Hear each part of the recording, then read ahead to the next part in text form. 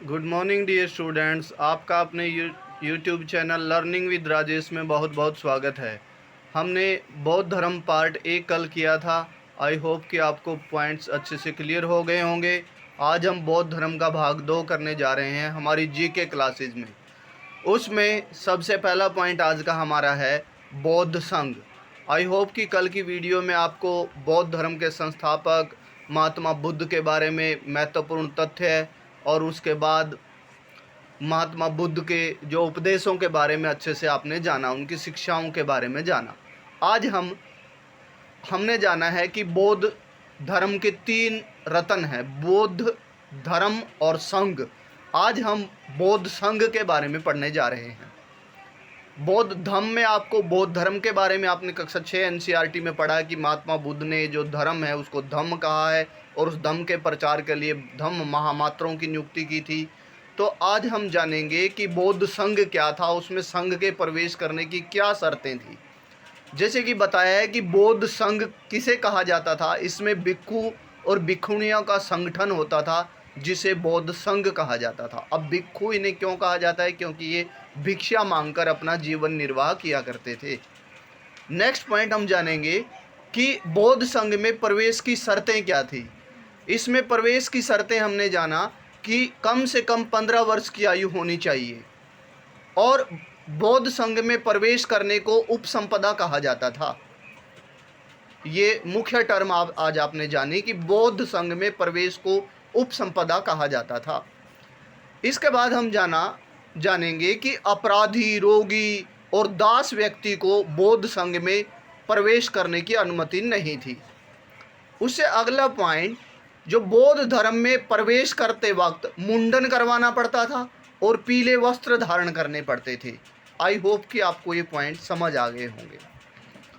Next point है, आरंभ में पुरुष ही बौद्ध संघ में शामिल हो सकते थे, लेकिन महात्मा बुद्ध के शिष्य आनंद के कहने पर स्त्रियों को भी बौद्ध संघ में शामिल कर लिया गया। उसके बाद प्रथम भिक्षुणी कौन थी? कई बार एग्जाम पॉइंट ऑफ व्यू से वेरी वेरी इंपॉर्टेंट पॉइंट है हमारा कि प्रथम बौद्ध भिक्षुणी कौन थी। वो उन महात्मा बुद्ध की मौसी जिन्होंने उनका पालन पोषण किया था, वो प्रजापति गौतमी उनकी पहली बौद्ध भिक्षुणी थी। उसके बाद आगे जाकर के ये बौद्ध भिक्षुणियाँ थेरी बन गई। अब थेरी वर्ड का क्या मीनिंग है? कई बार एग्जाम के लिए बहुत बहुत इंपॉर्टेंट पॉइंट है। थेरी वो महिलाएं हैं, वो भिक्षुणियाँ हैं जिन्होंने निर्वाण प्राप्त कर लिया था, उन्हें थेरी कहा गया है। नेक्स्ट पॉइंट, अब बात आती है कि बौद्ध धर्म के प्रचार के क्या कारण हैं कि बौद्ध धर्म भारत ही नहीं विदेशों में भी फैला। अब बौद्ध संघ की वजह से भी फैला, क्योंकि हमने जाना कि बौद्ध संघ में जो चुनाव होते थे वो प्रजातांत्रिक होते थे, यानी जो मुखिया उनका संघ का बनाया जाता था वो वोटों के आधार पर, और उसमें सभी के साथ समानता का व्यवहार किया जाता था। अब बौद्ध धर्म के प्रचार के मुख्य कारण क्या थे? कई बार अब पेपर स्टाइल चेंज हो गया है, अब स्टैटिक बातें को छोड़ करके टिपिकल बातों पर, सत्य कथन असत्य कथन पर हमारे एग्जाम में क्वेश्चन आते हैं। तो पहला पॉइंट आज हमारा है कि हिंदू धर्म जटिल और खर्चीला हो गया था। यही कारण था कि बौद्ध धर्म का प्रचार हुआ, क्योंकि हमने जाना कि उस समय बौद्ध धर्म में ज़्यादा, हिंदू धर्म में संस्कृत ज़्यादा चलती थी और लोग संस्कृत पढ़ने मुश्किल था या उन्हें पढ़ने का मौका नहीं मिलता था, खर्चीला भी होता था। उसके बाद सरल शिक्षाएं थी, बौद्ध धर्म की शिक्षाएं सरल थी जिसे आम आदमी भी आसानी से समझ सकता था।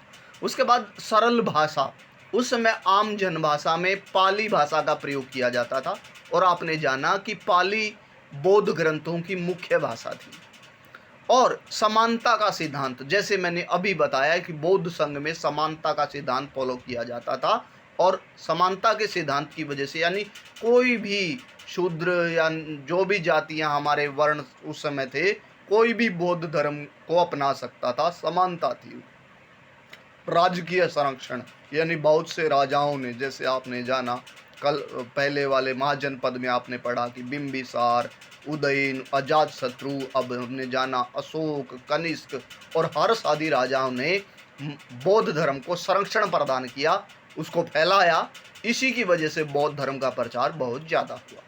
उसके बाद अब बात आती है कि बौद्ध संघ के बारे में हमने जाना, बौद्ध धर्म के प्रचार कैसे हुआ, उसके कारण क्या थे हमने जाना।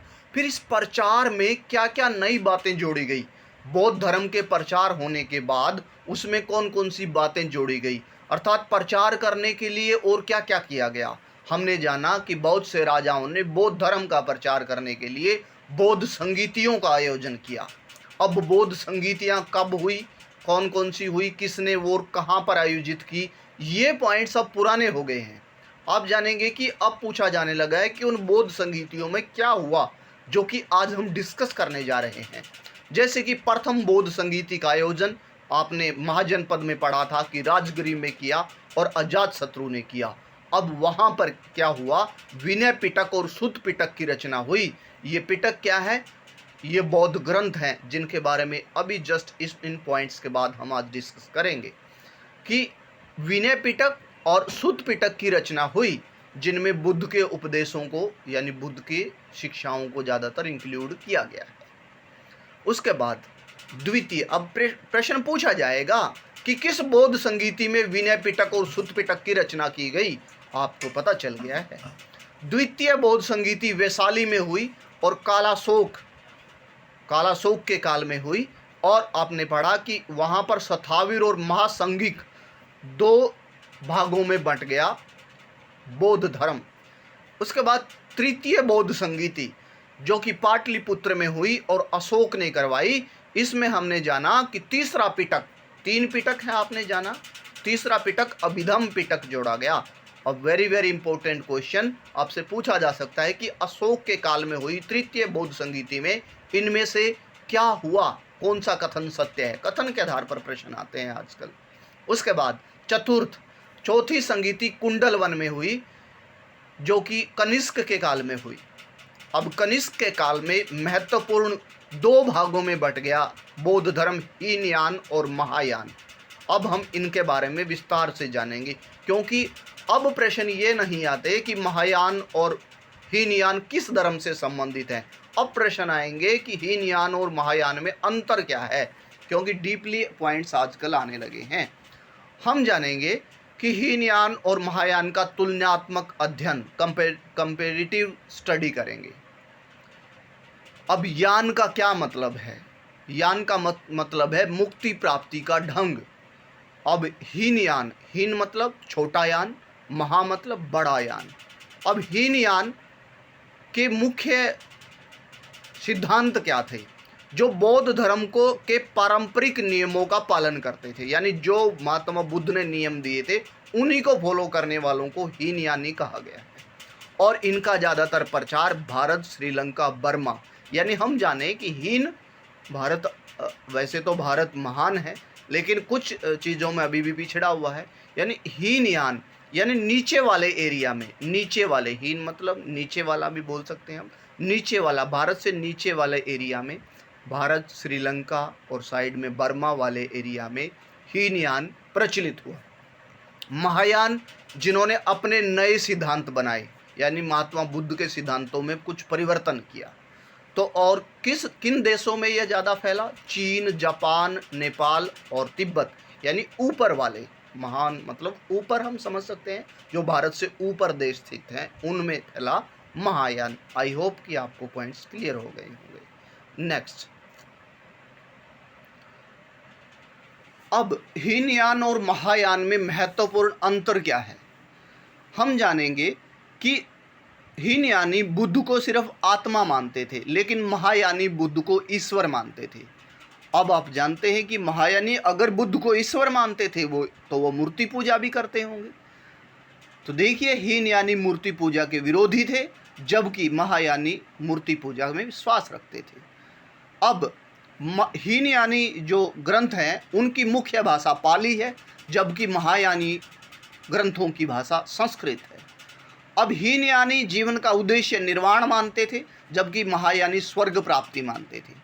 हीनयान कम लोकप्रिय हुआ, जबकि महायान ज़्यादा लोकप्रिय हुआ। आपने उदाहरण पढ़ा कि वो चीन, नेपाल, उधर जापान, ऊपर वाले बहुत से देशों में ये फैला, यानी महायान बहुत देशों में फैला, इसलिए ज़्यादा लोकप्रिय हुआ। अब वेरी वेरी इंपॉर्टेंट पॉइंट आता है कि ये प्रश्न आएंगे पेपर में कि इनमें से कौन सा ग्रंथ हीनयान से संबंधित है। तीनों पिटक याद रखिए, तीनों पिटक हीनयान से संबंधित है। और मिलिंद पेन्हो जो मिनांडर के वार्तालाप के बारे में हम आगे जानेंगे है।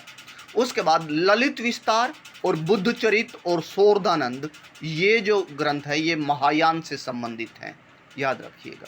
उसके बाद बौद्ध साहित्य, अब बौद्ध साहित्य के बारे में भी कई बार प्रश्न आता है एग्जाम में कि कौन कौन से इनमें से कौन सा साहित्य बौद्ध से संबंधित है, यानी बुद्ध धर्म से, बौद्ध धर्म से रिलेटेड है। तो देखिए त्रिपिटक तो आपको पता ही है, पिटक का मतलब टोकरी, यानी ग्रंथों को संभाल कर रखने की टोकरी, त्रिपिटक। अब त्रिपिटक में कौन से पिटक हैं आपको क्लियर हो गया। सुत्त पिटक, विनय पिटक, अभिधम पिटक। अब सुत्त पिटक में क्या है, बुद्ध के यानी महात्मा बुद्ध के उपदेश शामिल हैं।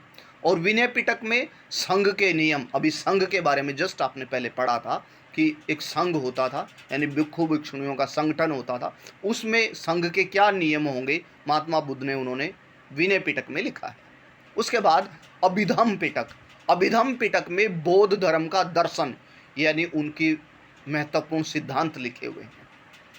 उसके बाद वेरी वेरी इंपॉर्टेंट पॉइंट है पेपर में, वेरी वेरी इंपॉर्टेंट, कि इसमें पूछा जा सकता है कि बताइए कि विनय पिटक का विषय क्या है, आप बताएंगे संघ के नियम लिखे गए हैं। नेक्स्ट है जातक, जातक भी बौद्ध धर्म का साहित्य है, लिटरेचर है। तो देखिए जातक की संख्या 549 बताई गई है, इनकी भाषा पाली है और इनमें महत्वपूर्ण जातक खुद्दक निकाय माना जाता है। और जातकों में महात्मा बुद्ध के पूर्व जन्म का वर्णन किया गया है। नेक्स्ट है इसमें भारतीय समाज का वर्णन भी मिलता है, समकालीन भारतीय समाज का वर्णन भी मिलता है। उसके बाद कथावधु, तीसरी संगीति में इसका आयोजन किया गया था, या तीसरी संगीति में इसको लिखा गया था। तो तीसरी संगीति अभी झट से आपको याद आ गई होगी कि कहाँ पर हुई थी, पाटलिपुत्र, और किसने करवाई थी, अशोक ने करवाई थी, जिसमें तीसरा पिटक अभिधम पिटक भी जोड़ा गया था। अब बताएंगे कि तीसरी संगीति में कथावधु नामक एक बौद्ध ग्रंथ की रचना हुई, जिसने किसने लिखा है, जिसको मोगलीपुत्र तिस ने लिखा है। नेक्स्ट बुद्धचरित, शोधानंद और महाविभास। अब आपको पता है कि बुद्धचरित और शोधानंद के लेखक असव घोष हैं, जबकि महाविभास के लेखक वसुमित्र हैं। नेक्स्ट ललित विस्तार, ललित विस्तार महायान से रिलेटेड है, आपने पहले भी पढ़ा है, और जिसकी रचना नेपाल में हुई है। अब दीपवंश और महावंश ये 5वीं सदी में लिखे गए हैं, श्रीलंका में लिखे गए हैं, जिससे मौर्य साम्राज्य का वर्णन मिलता है और भारत और श्रीलंका के रिश्तों का वर्णन मिलता है। नेक्स्ट पॉइंट, बौद्ध धर्म के पतन के कारण। तो हमने जाना संघ में भ्रष्टाचार हो गया था, धर्म में फूट पड़ गई थी, जैसे हीनयान और महायान में बट गया, फिर हीनयान और महायान आगे जाकर अन्य भागों में बट गया, जैसे कि वज्रयान, वज्रयान में जादू टोना शुरू हो गया, जिसकी वजह से बौद्ध धर्म का पतन शुरू हो गया। मूर्ति पूजा व संस्कृत के प्रयोग की वजह से अब ज़्यादातर लोगों ने बौद्ध धर्म छोड़ दिया।